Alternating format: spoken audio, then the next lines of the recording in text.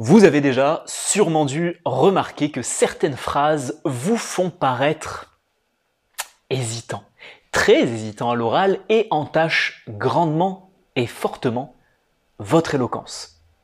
Certaines petites phrases, certaines interjections, certains petits mots glissés ci et là dans votre communication du quotidien entachent votre charisme. Et si vous n'êtes pas encore au courant de ces différents mots, vous le serez bien assez tôt à la fin de cette vidéo. Afin de ne plus entacher votre éloquence, découvrons ensemble 8 expressions qui pourraient, je regarde parce que des fois je fais tendance à faire 8 comme ça, 8 expressions qui pourraient littéralement détruire un discours, détruire un argumentaire, détruire une phrase clé dans un discours. Et je prends l'ordinateur juste ici, je vais également vous proposer pour chaque point et pour chaque phrase que vous pouvez dire ou glisser dans votre communication, le remplaçant, bien sûr, afin d'accroître vraiment votre éloquence et de vous donner toutes les clés dans cette vidéo. Donc voyons vraiment les phrases à bannir pour ne plus être incertain et vraiment avoir un langage soutenu. Vidéo extrêmement courte, vous remplacez ça, vous y pensez, vous listez celles que vous utilisez et vous augmentez grandement votre éloquence. Alors la première phrase, vous savez, c'est le fameux « je pense que il serait intéressant », vous savez, c'est Roger de la Compta, c'est Nathalie, l'assistante, qui « je pense qu'à un moment donné, ce serait intéressant de pouvoir… » Pas du tout Nathalie, calme-toi, ça va bien se passer, le « je pense que » c'est terminé, l'alternative c'est « je suis convaincu, je pense fermement, je crois fermement ». Il faut que vous puissiez rajouter ces adverbes fermement, profondément, intentionnellement, peu importe. Je suis convaincu de ceci, cela. Pas je pense que, parce que ça c'est beaucoup trop hésitant. Et là on se dit, bon, c'est bien, c'est son avis, mais ça compte pas. Voilà. Voilà ce qu'on se dit, alors qu'avec un je suis convaincu que, en mettant en place cette stratégie, en réduisant les délais, on arrivera à offrir un service d'aussi bonne qualité. Qu'est-ce que vous en pensez? Plutôt que je pense que, en fait, ce qu'on pourrait faire, c'est que… Non, terminez tout ça. Deuxième chose intéressante à faire, c'est de remplacer une petite expression très souvent utilisée par les jeunes, le du coup. Du coup, moi ce que je te propose, c'est que on fasse ça, et du coup ça te permettrait en fait de… Alors le en fait et le du coup, souvent ils sont de mèche, ils sont liés. Le du coup, l'objectif ça va être de le remplacer par quelque chose d'un petit peu plus chatoyant à l'oreille, par un ainsi, ou alors de le changer par un par conséquent, ou alors c'est ainsi. Allez vraiment chercher un langage beaucoup plus soutenu. Donc le du coup que vous allez glisser rapidement pour créer justement entre une première partie de la phrase qui vient faire un développement et une deuxième qui serait presque une conclusion. Du coup, je te propose ceci, cela, par conséquent. Par conséquent. Par conséquent, je te propose ceci, cela. Le troisième, un petit peu plus subtil, tu vois ce que je veux dire. Et souvent, il est même un peu mâché avec un accent coupé au couteau de quartier, qui n'est pas vraiment un accent maghrébin. Hein. C'est le, tu vois ce que je veux dire? Le tchèque là, surtout dans le sud. Là. Depuis que j'habite sur Nice, là, celui-là. Alors, la petite spécificité, c'est avec les lèvres un peu refaites là. Tu vois ce que je veux dire? Alors là, avec les ongles qui tapotent sur le téléphone, là, les petits ongles refaits là. Ah là là là là, celui-là, il grince, il grince, il grince. Par quoi on peut le transformer celui-là? Tu vois ce que je veux dire avec le tchir? Bah celui-là, on peut tout simplement le… Est-ce que ça fait sens pour toi? Est-ce que c'est clair pour toi? Est-ce que tu as bien compris les tenants et aboutissants de ce que je viens de t'expliquer? Bah, c'est vraiment les tenants et aboutissants, c'est quand vous avez fait un beau speech, un beau pitch et un bel argument, mais est-ce que ça a du sens pour toi? Avec chaque mot qui est pesé, est-ce que ça a du sens pour toi? Pas ça a du sens pour toi? Donc, prenez le temps de formuler chaque mot et le… Tu vois ce que je veux dire? Terminé. Quatrième, je ne sais pas trop. Le je sais pas trop, souvent c'est je sais pas trop, la négation on la fait en plus sauter à l'oral, je sais pas trop, je sais pas, voilà. Tout ça, faut le supprimer aussi. Pourquoi? Parce que ça dénote justement un manque de confiance dans vraiment ce que vous allez penser. Vous êtes hésitant. Et on ne doit pas vous sentir hésitant.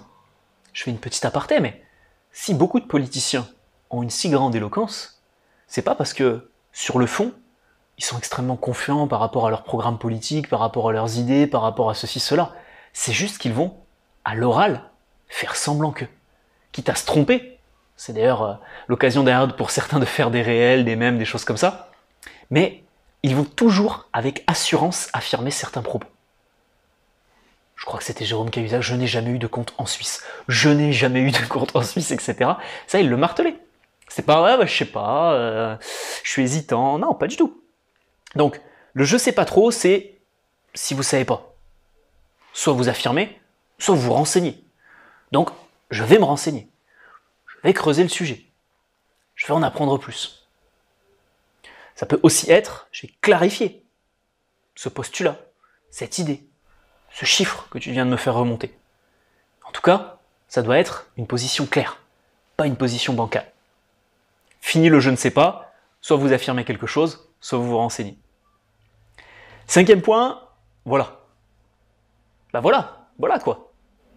Ouais, quand je vous demande des fois par téléphone de vous présenter, lors du bilan diagnostic, qui est inclus dans ma formation gratuite sur l'art de bien communiquer en l'espace de 90 jours, que vous retrouvez dans la description de cette vidéo, bah des fois vous terminez votre présentation en disant je pense que même derrière le téléphone vous devez faire un petit hochement d'épaule, voilà quoi. Non. Soit vous glissez un silence, parce que vous avez conclu votre présentation, votre prise de parole, votre pitch, vous avez répondu à la question de votre interlocuteur, et vous glissez un silence parce que c'est terminé avec la voix qui est descendante à la fin de votre phrase pour bien faire comprendre que vous avez fini ce que vous êtes en train de dire. Vous pouvez aussi, si vous n'avez pas envie de laisser un blanc, résumer ce que vous venez de dire. En somme, pour conclure, afin de résumer ça de manière plus simple, et vous utilisez une petite métaphore, une petite comparaison, quelque chose de beaucoup plus simple pour résumer votre propos. 6e élément, je ne voudrais pas te déranger. Est-ce que je peux te déranger 2 petites minutes, s'il te plaît? Non. Tout ça, c'est pareil, c'est terminé. Je voulais te parler de. J'aimerais que on discute ensemble de telle chose. Ça va être très court, je vais te prendre 50 secondes, mais j'aimerais vraiment qu'on puisse parler de ça ensemble. T'es disponible? Plutôt que vous rentrez dans le bureau de la personne, oui, bah alors en fait j'aimerais te parler, j'aimerais qu'on discute de, souvent avec les mains qui vont, oui, j'aimerais, avec une petite voix comme ça, très hésitante. Non, j'aimerais te parler de, j'aimerais qu'on évoque tel sujet, j'aimerais qu'on puisse discuter ensemble de ça, ça va pas être très long, est-ce que tu as 2 minutes? Point. Plus clair, plus tranché, plus net. Si vous voulez augmenter votre éloquence, retenez ces différents adjectifs. Tranchant, clair, net, précis. 7e point, ça te dérangerait pas si je mettais en place ceci, si moi je faisais cela, si toi tu pouvais me rendre service pour ceci, cela. Ça te dérangerait pas si, c'est pareil. Forcément, là on en revient à l'une des plus anciennes vidéos de cette chaîne YouTube où j'avais expliqué que le cerveau comprend pas très bien le négatif et en fait il va se focaliser sur les mots importants. Et quand vous dites il n'y a pas de souci, vous évoquez les soucis. Quand vous dites à quelqu'un j'ai pas envie de te déranger, ça te dérangerait pas si, il y a le mot déranger. Et le mot déranger, la négation, le cerveau la comprend, il l'entend, mais ne la comprend pas très bien, ce qui fait que votre interlocuteur, il met un focus sur le mot déranger. Et si vous arrivez vers lui et que vous utilisez le mot déranger, ça va peut-être pas lui plaire. Donc, la raison pour laquelle, moi je vous propose une alternative, je te propose de. Là, vous arrivez avec une proposition. Beaucoup plus intéressant. Ou alors, je voulais te parler de. Et donc là, vous arrivez avec un discours, un argument, quelque chose à lui apporter, plutôt que quelque chose qui va le déranger. Et 8e tic de langage que vous pouvez avoir, 8e formulation, c'est je vais essayer de. On en revient presque à la première, je crois que c'était quasiment la même. Non, c'était je pense que. Et là, c'est je vais essayer de. Vous n'allez pas essayer. D'ailleurs, il y a un petit jeu que je fais en ce moment avec tous ceux qui m'achètent une formation et que j'ai par téléphone. Au moment du passage à l'achat, juste avant qu'on finalise la transaction et que la personne achète le programme, je lui demande de formuler vraiment son entrée, soit dans la masterclass communication, soit dans l'une de nos formations. Et là, je lui dis bien, pas de conditionnel, pas de futur, de oui, peut-être que... Non, de l'assurance. Je veux que tu puisses formuler ton entrée dans tel programme et que tu me dises quel résultat tu veux obtenir. Donc c'est William, j'entre dans le programme Aisance illimitée par exemple, je suis vraiment motivé, je suis presque certain d'avoir des résultats, mais le presque, ou alors je suis certain d'avoir des résultats, et j'ai vraiment envie de démarrer cet accompagnement. Mais il n'y a pas de « je vais essayer de faire le programme, je vais essayer d'avoir des résultats avec, je vais essayer de... » Non, terminez tout ça. De l'assurance, donc les phrases c'est « je vais » ou « je m'engage à » ou je te promets de, peu importe. S'il n'y avait qu'une chose à retenir de cette vidéo YouTube sur comment augmenter son langage et transformer ces différentes expressions, d'ailleurs dites-moi dans les commentaires si vous appréciez ces vidéos où je vous donne vraiment les mots à remplacer, parce que j'ai pas mal d'idées de vidéos à faire sur des tics de langage bien précis, des vidéos assez courtes, donc si ça vous intéresse, dites-le moi dans les commentaires. Et je me disais qu'en fait, si vous n'aviez qu'une chose à retenir de cette vidéo, avant de partir dans les méandres de YouTube, ou d'aller vous inscrire à ma formation gratuite, en cliquant juste ici à la fin de la vidéo, c'est l'aspect vraiment descendant dans une phrase pour éviter tous ces petits tics que vous allez pouvoir utiliser. Le voilà à la fin, le je pense que, le manque d'affirmation. Dès que vous utilisez des mots en fait avec une intonation un peu bancale, vaut mieux vous taire. Réfléchir à ce que vous allez dire et formuler une opinion. J'espère vous avoir aidé, mes amis, à travers ces différentes expressions. On se retrouvera forcément dimanche prochain pour une autre vidéo sur transformer sa voix en une voix charismatique. Complètement lié à cette vidéo où on a travaillé le fond.